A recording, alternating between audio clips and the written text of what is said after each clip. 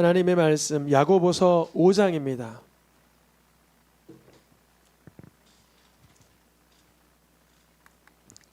5장 10절 11절 두 절입니다. 이번 9월 인내를 온전히 이루라. 야고보서 1장부터 5장 5장 짧은데요. 간혹 여러분들 이제 다 읽어보지 못하신 분들은 야고보서를 이번 기회에 5장 다 읽어보시면 귀한 시간 될 줄 믿습니다. 5장 10절과 11절입니다. 제가 한 절, 우리 성도님들이 한 절 앞뒤 부분 나눠서 읽겠습니다. 형제들아, 주의 이름으로 말한 선지자들을 고난과 오래 참음의 본으로 삼으라. 보라, 인내하는 자를 우리가 복되다 하나니 너희가 욥의 인내를 들었고 주께서 주신 결말을 보았거니와. 주는 가장 자비하시고 긍휼히 여기시는 이시니라. 아멘. 인내를 이게 기쁜 단어는 아니죠. 인내가 좀 벅차게 느껴질 수 있죠. 성경에서 인내를 온전히 이루라라고 말할 땐 세상에서도 다 인내하죠. 운동선수들 인내하고 뭐 사업하시는 분들도 견디고 기다리고, 그리고 뭐 학생들도 공부하느라 그 엉덩이에 그 땀띠가 날 정도로 인내를 하죠. 근데 성경에서 말하는 그 인내는 그런 몸과 정신 모든 것을 다하는 인내는 맞지만 그 중심에 무엇이 있는 인내냐면 하나님의 말씀이 옳아. 하나님의 말씀대로 되는 거야. 주님이 나에게 주신 말씀에 내가 순종해야지. 주님의 말씀대로 되는 것을 기다려보자. 하나님께 요청해야지. 그러면서 기다리는 거예요. 성경에서 말하는 인내의 말씀을 제외시키면 그 인내는 세상에서 말하는 견디는 거지만 성경에서 말하는 인내를 온전히 이루라는 것은 우리 성도님들 연말에 드렸던 그 말씀 카드 하나라도 내게 주신 레마의 말씀, 들려진 말씀 그 한 개를 꾹 붙들고 있는 거예요. 어떤 분은 이런 말씀을 줘요. 감사하라라는 말씀을 줘요. 그러면 이렇게 좀 원망하고 불평할 만한 순간에도 그 말씀이 떠오르면 감사를 붙드는 거예요.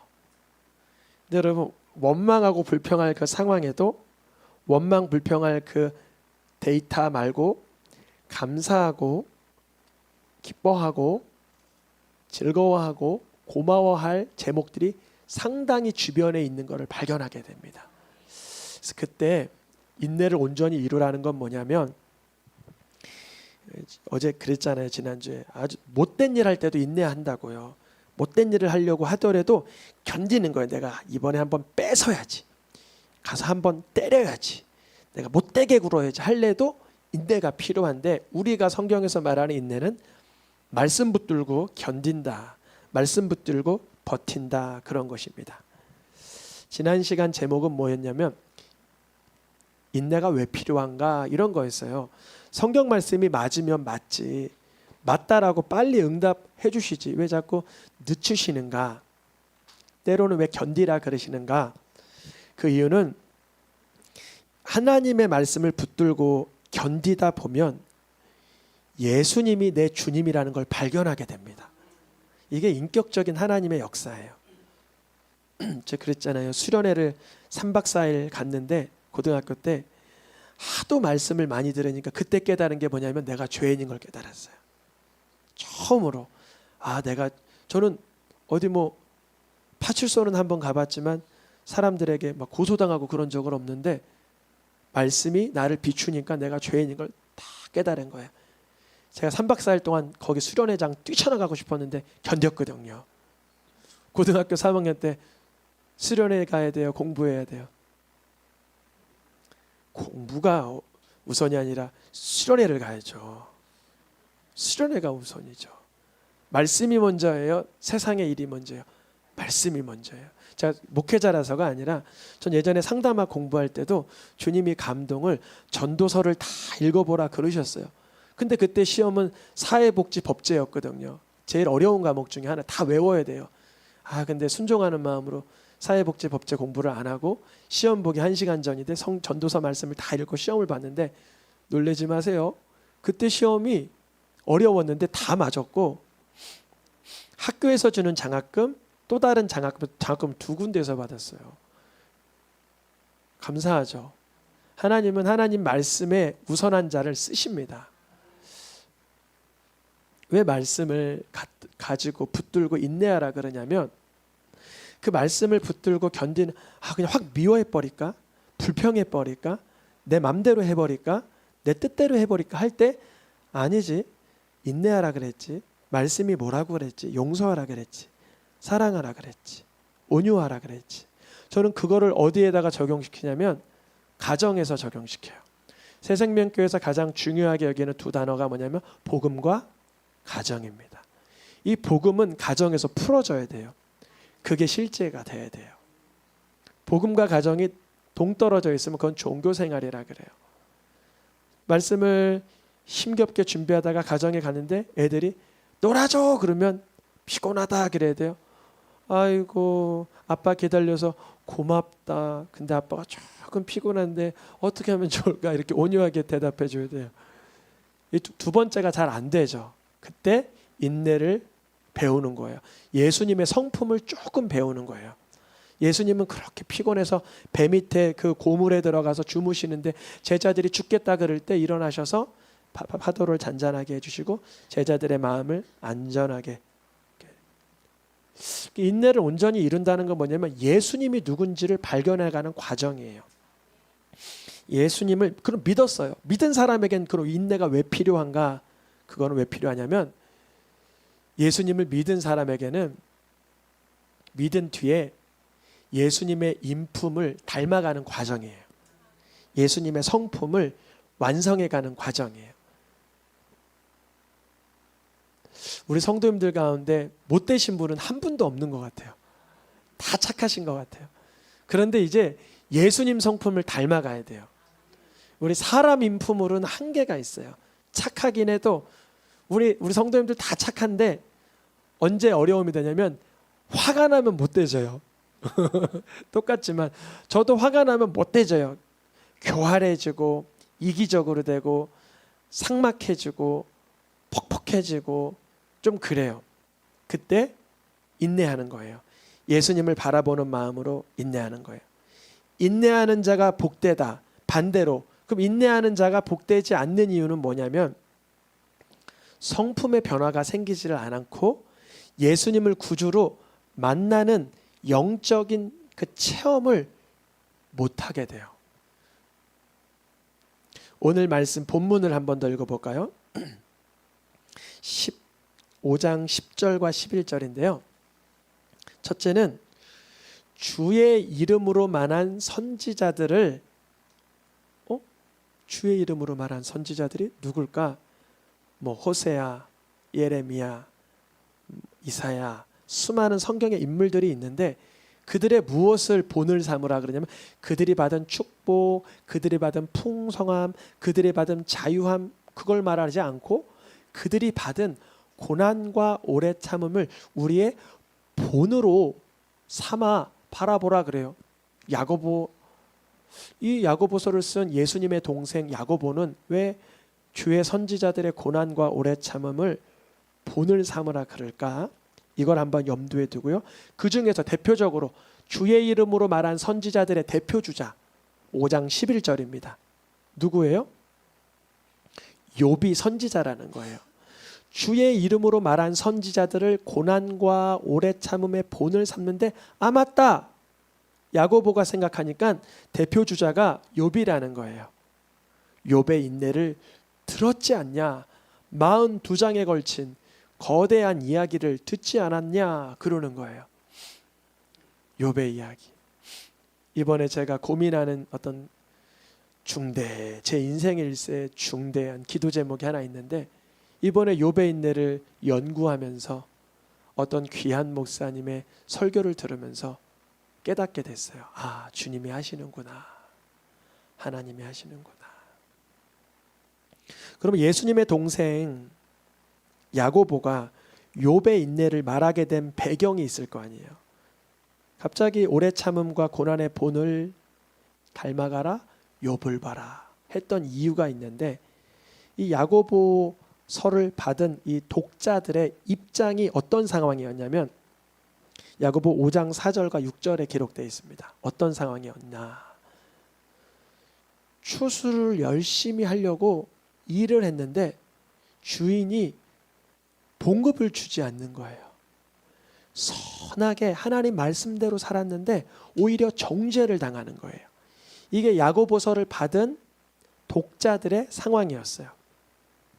초대교회 성도들은 어려움이 이중으로 있었는데, 외부적으로는 예수님을 메시아로 믿기 때문에 동족 유대인들에게 핍박을 받습니다.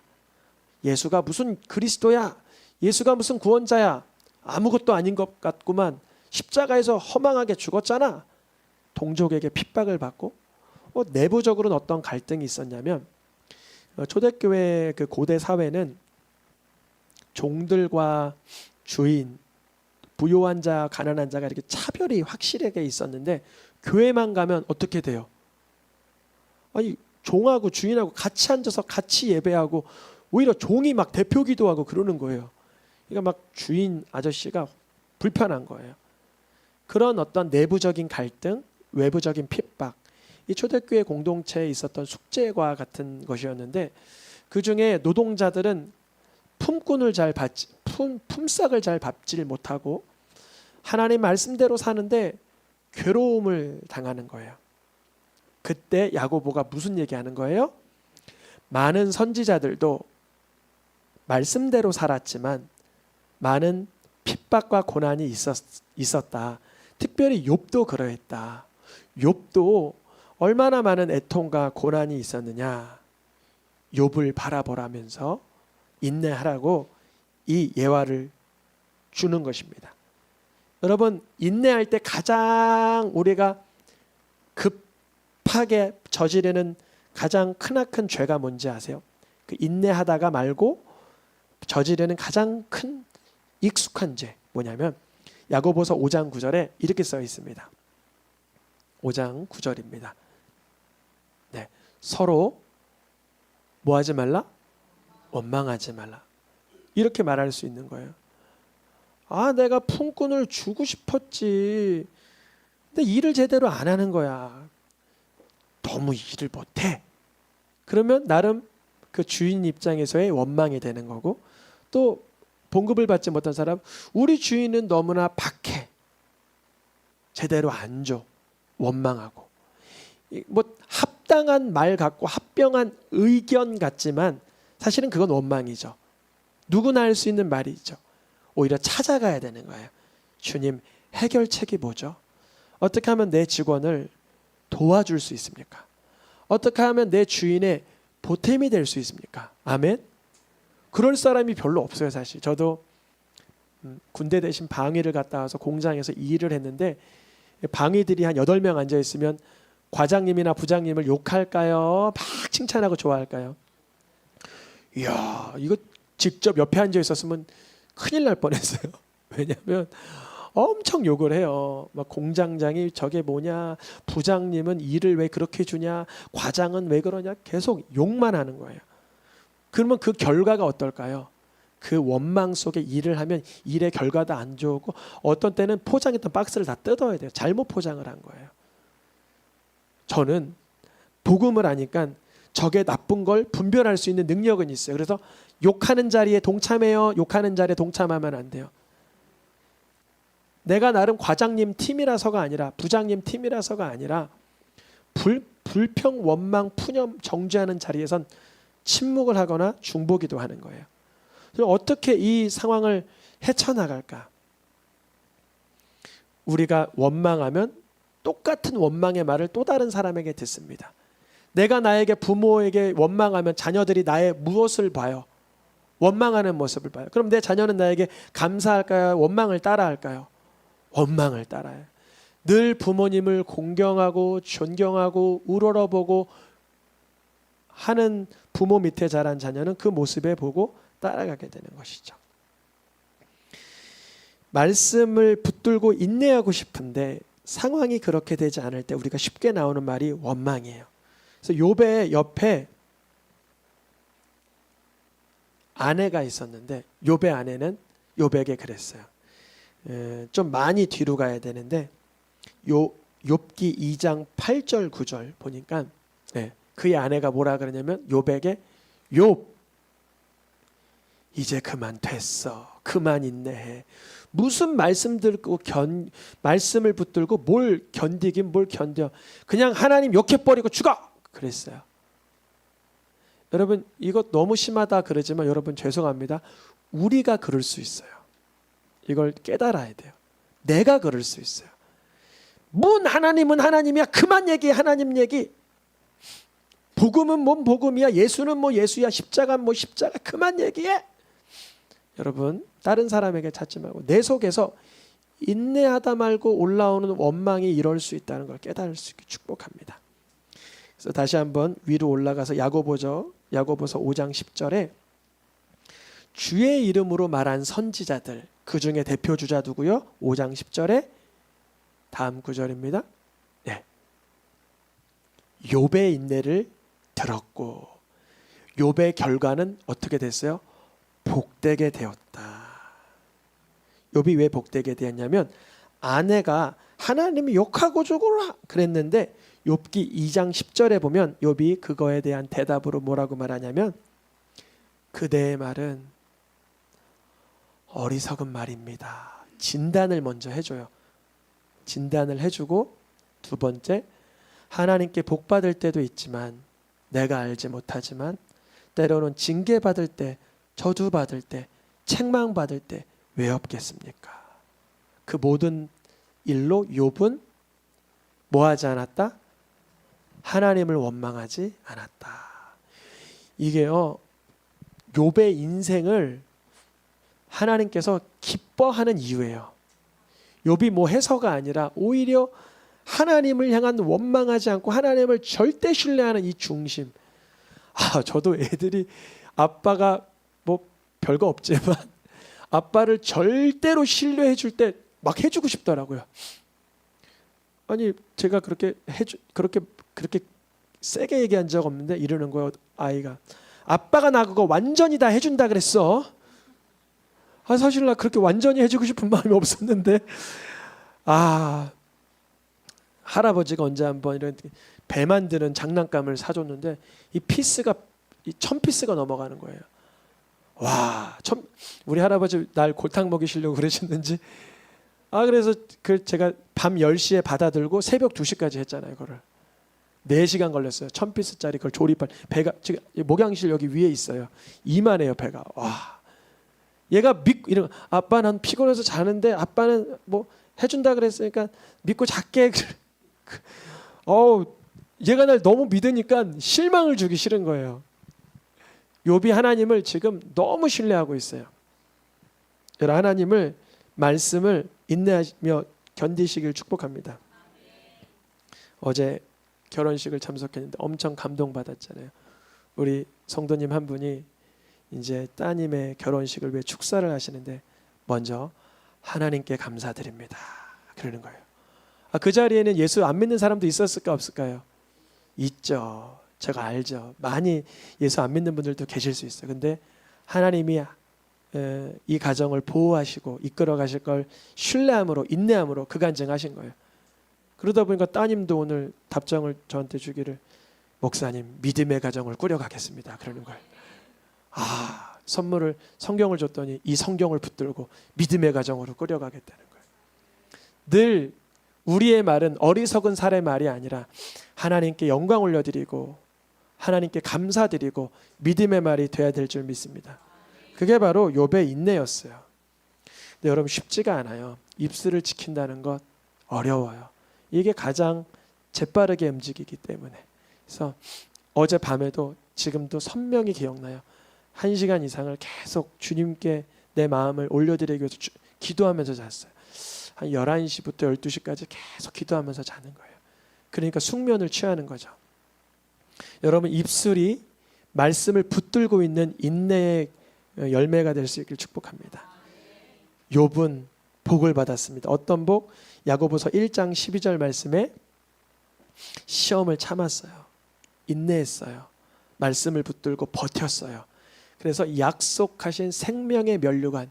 그러면 욥에게 무슨 여기 왕관이 씌워진 거냐?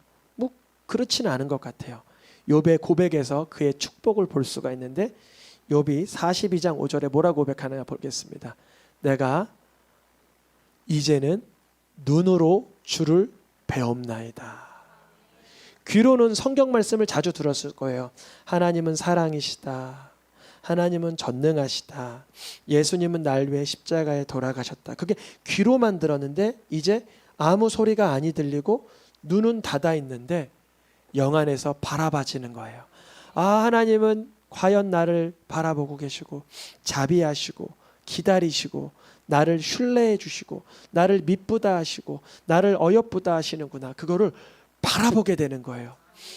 욥에게 어떤 축복이 또 임해요? 하나님 앞에 감히 자기가 오만하게 했던 지나간 시간들 회개하는 은총을 얻게 됩니다.